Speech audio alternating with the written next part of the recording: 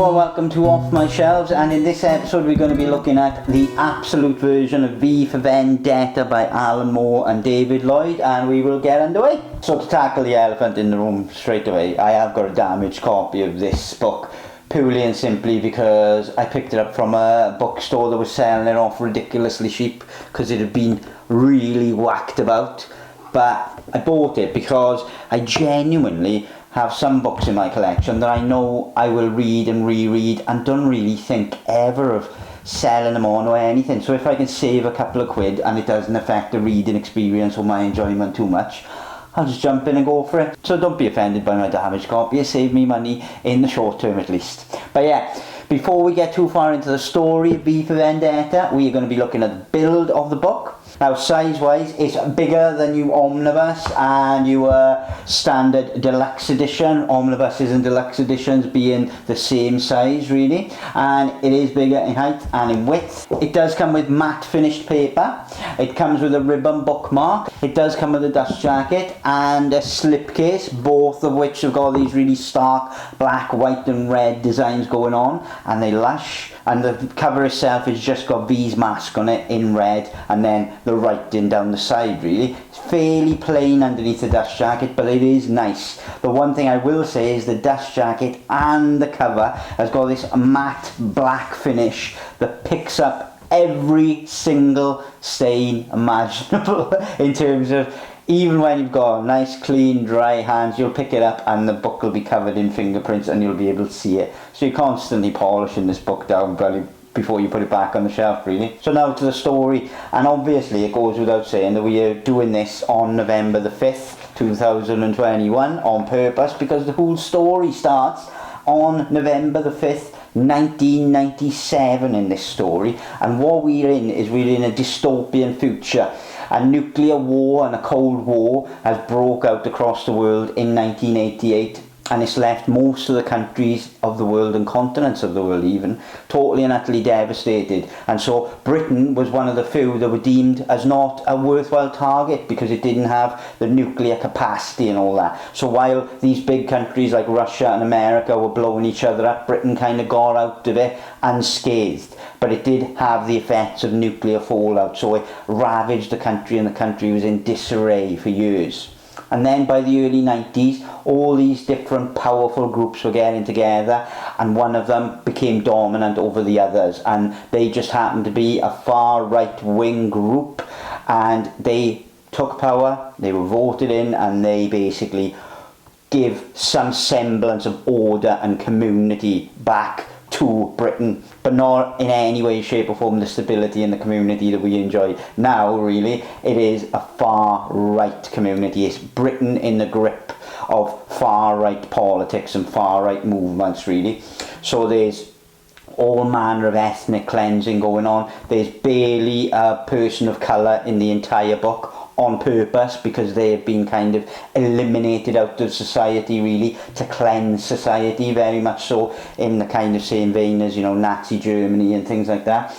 So yeah, it's a very intense dystopian future, and in this future the book starts off following two characters simultaneously, that of Evie and that of V. Now Evie is a 16-year-old girl at the start, and she essentially is on her way out to prostitute herself because she has no way of earning money elsewhere. She's starving, she's losing her home, so she thought, right, I'll just go out and prostitute myself. I'm at my wit's end. Luck would have it, she tries to prostitute herself to a policeman, or what they known as in this book, a finger man, and so she gets in trouble quite quickly. But the finger men, as far right police go, are quite intense, and they're going to basically rape and murder her on the spot, really. But then this mysterious character of V comes in, and he's got a mask and a high hat and a cape and very, very theatrical kind of tricks going on as well. Like even in the opening pages, you know, his hand comes off and smoke comes out and then it explodes into a bomb and kills one of the fingermen.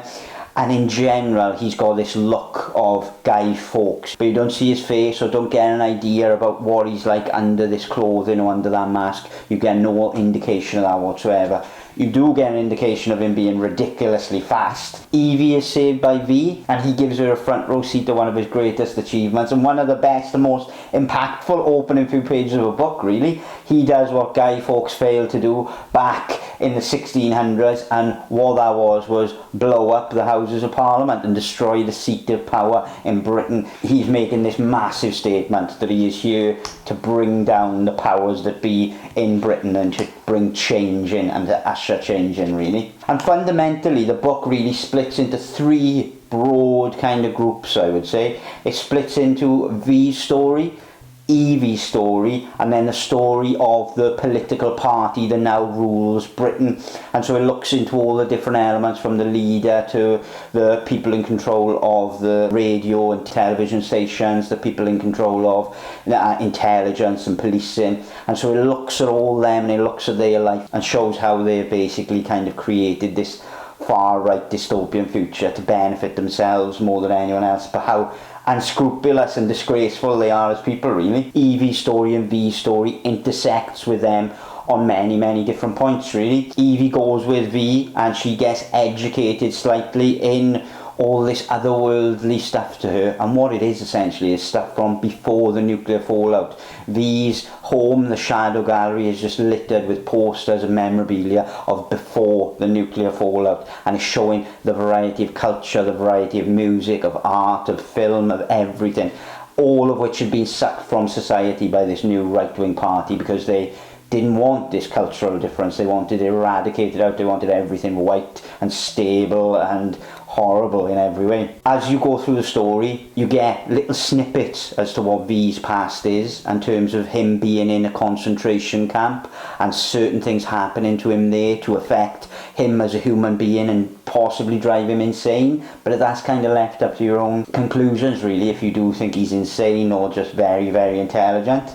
Evie then goes through this re-education process with V, but then that gets very intense as well as you go forward. But the government are being slowly and surely eradicated by V, just being pulled apart piece by piece. And if I can best describe this story, how I would describe it is this V coming in, this man coming in, and from the first page he has an exact plan, and that plan plays out exactly as he planned, and everything goes exactly as he wants it. He is constantly in control, and the powers that be are constantly trying to figure out how to stop him, how to basically keep a grip of the power that they have maintained. But essentially V and his plan is to just tear it all down and to start again. And I think V himself puts it best towards the end when he describes the different forms of anarchy, because it's very much a form of using anarchy to change political power and to usher in change, really. And V is this destructive anarchist.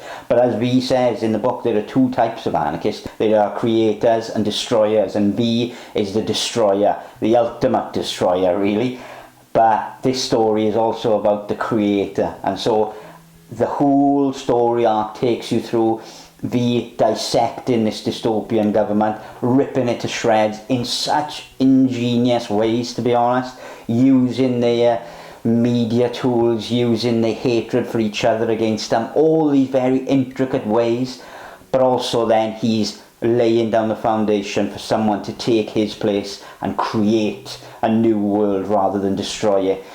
And yeah, it is an absolutely astoundingly good read, I think, V for Vendetta, because the one thing it always does, and always does every time I read it, is it gets me questioning and gets me talking in my own head and thinking about who is right, who is wrong, what is this, what is that. Because essentially what it's about is how you change something that's fundamentally wrong with society. What lengths do you go to?